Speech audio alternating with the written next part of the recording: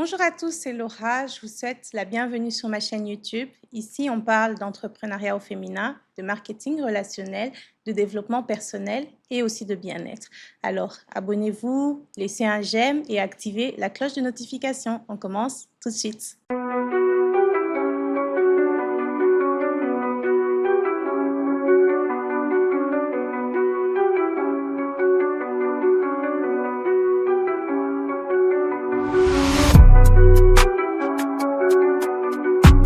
Est-ce que vous avez déjà entendu cette petite voix dans votre tête qui vous dit: «Je ne suis pas assez douée pour ça, je n'ai pas les capacités pour apprendre telle chose». Eh bien, cette petite voix, c'est ce qu'on appelle la mentalité fixe et elle nous bloque. Aujourd'hui, on va parler de l'inverse, l'outil le plus puissant pour l'apprentissage et le succès. J'ai cité la mentalité de croissance. C'est la conviction que votre intelligence et vos capacités ne sont pas figées, mais qu'elles peuvent évoluer par la persévérance et par l'effort. Et je vais vous montrer comment ça marche. Pour pouvoir transformer l'échec en super pouvoir, il est absolument primordial pour vous de pouvoir comprendre la différence entre la mentalité fixe et la mentalité de croissance. Si par exemple, vous vous dites « je ne suis pas fort en maths », eh bien, ça, c'est une mentalité fixe. Il faudrait transformer cela en « je ne suis pas fort en maths pour le moment, mais je peux apprendre ». Si je dis par exemple « je ne sais pas conduire », mentalité fixe, je vais le transformer en « je ne conduis pas pour le moment, mais je vais apprendre ». Si j'échoue, c'est que je suis un idiot. Eh bien, ça, c'est une mentalité fixe. Vous pourriez le transformer en « si j'échoue, c'est une opportunité pour moi d'apprendre et de m'améliorer ». Et si je dis par exemple « le succès des autres me menace », eh bien, dans la mentalité de croissance, je dirais plutôt que le succès des autres m'inspire et me montre la voie. Est-ce que vous remarquez l'énorme changement d'attitude? La mentalité fixe voit l'effort comme inutile et l'échec comme une fin, alors que la mentalité de croissance voit l'effort comme une voie d'apprentissage et l'échec comme un tremplin. Maintenant qu'on a défini la différence entre les deux mentalités, je vais vous partager quelques petites étapes qui vont vous permettre de faire ce shift. La première étape, sincèrement, c'est quelque chose qui est une pépite. C'est un peu ma petite préférée, d'accord? Il faudra que vous changiez votre manière de vous exprimer. Vous allez juste rajouter à la fin de vos pensées négatives le mot « encore ». Et c'est aussi simple que ça. Ce petit changement, cette astuce, elle est tellement simple, mais je vous assure qu'elle est super efficace. Imaginons ensemble. Quand vous pensez « je ne sais pas programmer », eh bien, vous faites le petit changement dans votre esprit en disant « je ne sais pas programmer encore ». Si par exemple, vous vous dites « je n'ai pas atteint mes objectifs de vente », eh bien, vous pourriez juste penser « je n'ai pas atteint mes objectifs de vente encore ». Vous voyez que ça crée une énorme différence dans votre langage, mais aussi dans votre façon de percevoir les choses. Cela va vous permettre d'avoir beaucoup plus confiance en vous et aussi augmenter votre estime de vous-même. Est-ce que vous vous rendez compte comment ce tout petit mot peut être un pont psychologique? Comment cela peut totalement changer votre mindset?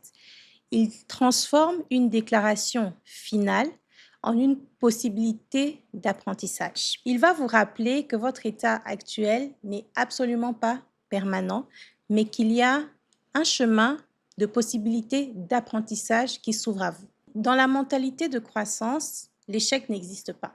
Il n'y a que des retours d'informations. C'est une boucle d'apprentissage. 1. J'agis. 2. J'obtiens des résultats. 3. Si le résultat escompté n'arrive pas, donc l'échec, eh bien, je vais me poser la question et me demander qu'est-ce qui n'a pas marché, qu'est-ce que je peux changer, qu'est-ce que j'ai appris, quelles leçons je peux en tirer. 4. J'ajuste le tir en changeant ce qui n'a pas marché. Prenons comme exemple un chef d'entreprise qui lance un nouveau produit et que ce produit ne se vend pas. La mentalité d'échec ferait que ce chef d'entreprise abandonne. Mais la mentalité de croissance va le pousser à analyser ces chiffres et à vouloir comprendre qu'est-ce qui n'a pas marché. Est-ce que c'est la stratégie marketing? Est-ce que c'est le prix? Ou est-ce que c'est le produit qui ne répond pas à la demande ou bien qui ne solutionne pas un problème? Et quand il aura fait tout ça, il va changer de stratégie. Alors, ne craignez jamais de recommencer. Posez-vous plutôt la question de savoir qu'est-ce que je peux apprendre pour mieux faire. C'est planifier, exécuter et revoir. Je planifie les actions que je pose, j'exécute et vois ce que ça donne, les résultats. Et si les résultats ne correspondent pas à ce que j'attends, eh bien, je revois ma stratégie. Donc, retenez bien ça, plan, do, review. Une fois qu'on a valorisé le mot encore, donc on a adapté la magie du mot encore à notre langage, qu'on a accueilli l'échec comme étant, les erreurs comme étant une collecte de données, il est temps maintenant de valoriser l'effort plutôt que le talent. C'est une idée fausse, mais très courante, selon laquelle le succès est dû à un talent inné. En fait, le succès, c'est une somme d'efforts, de temps et aussi de stratégies efficaces que l'on a mis en place. Je vais vous donner un exemple, mais je sais que beaucoup de personnes vont me lyncher à cause de cet exemple.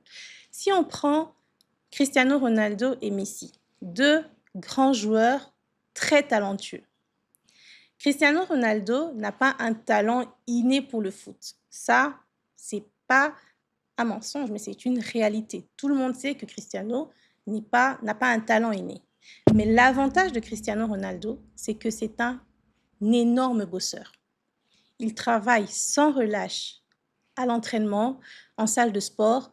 Il travaille sans cesse pour s'améliorer et pour combler justement ce qu'il n'a pas en talent, en capacité. Alors que Messi, c'est aussi un grand joueur, mais Messi a le talent inné. Et c'est ça qui fait toute la différence.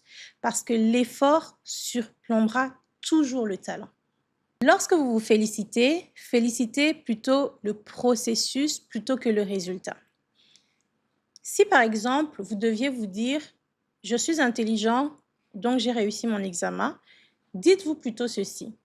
J'ai réussi mon examen parce que j'ai mis en place des stratégies d'apprentissage qui étaient efficaces et constantes dans le temps. Valorisant l'effort plutôt que le talent, en valorisant le processus plutôt que le résultat, eh bien, vous allez vous attacher au travail acharné et au chemin que vous avez effectué, le chemin que vous allez prendre plutôt que le résultat final qui peut-être ne viendra jamais.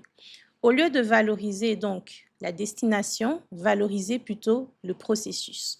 Au lieu de vous dire que vous allez valoriser le talent que vous n'aurez peut-être jamais, eh bien, valorisez les efforts que vous allez poser, que vous allez effectuer au quotidien pour vous permettre d'atteindre justement cet objectif que vous vous êtes fixé, pour atteindre cette destination où vous voulez arriver. La dernière étape, c'est plutôt de s'inspirer au lieu de se comparer. La mentalité de croissance va vous pousser à voir la réussite des autres, non pas comme un obstacle, mais plutôt comme un tremplin, non pas comme un jugement de vos propres failles, de vos propres échecs et de vos propres lacunes, mais plutôt comme un moyen de vous inspirer à pouvoir devenir meilleur et à pouvoir donner le meilleur de vous-même. Imaginons que quelqu'un de votre entourage crée une entreprise. Au lieu d'être jaloux de sa réussite et de son succès, posez-vous plutôt la question de savoir quel est le chemin qu'il a parcouru. Quelle est la stratégie qu'il a mis en place? Quel livre il a lu? De qui il s'est inspiré? Quels sont les mentors qui l'entourent? Et vous aussi, entourez-vous de personnes qui vous encouragent à aller plus loin parce que leur énergie positive va être communicante et elle va vous contaminer et vous pousser vous aussi à pouvoir évoluer. Pour conclure, je dirais que la mentalité de croissance n'est pas un interrupteur qu'on allume et qu'on éteint, mais c'est plutôt un muscle que l'on entraîne et que l'on travaille chaque jour. Commencez dès aujourd'hui à traquer et à combattre cette petite voix qui ne cesse de murmurer dans votre tête que vous n'êtes pas capable, que vous ne pouvez pas apprendre, que vous ne pouvez pas faire telle ou telle chose. Combattez-la, traquez-la et boutez-la dehors. Rappelez-vous, vous n'êtes pas votre performance, vous êtes votre potentiel. Alors, je vous lance un défi. Trouvez une chose que vous pensez que vous ne pouvez pas faire et rajoutez à la fin de la phrase le mot « encore ». Mettez-le-moi en commentaire. J'ai hâte de voir les objectifs que vous vous êtes fixés. Si cette vidéo vous a permis de changer vos perspectives, mettez un petit pouce bleu, partagez la vidéo et surtout, abonnez-vous. On se retrouve bientôt.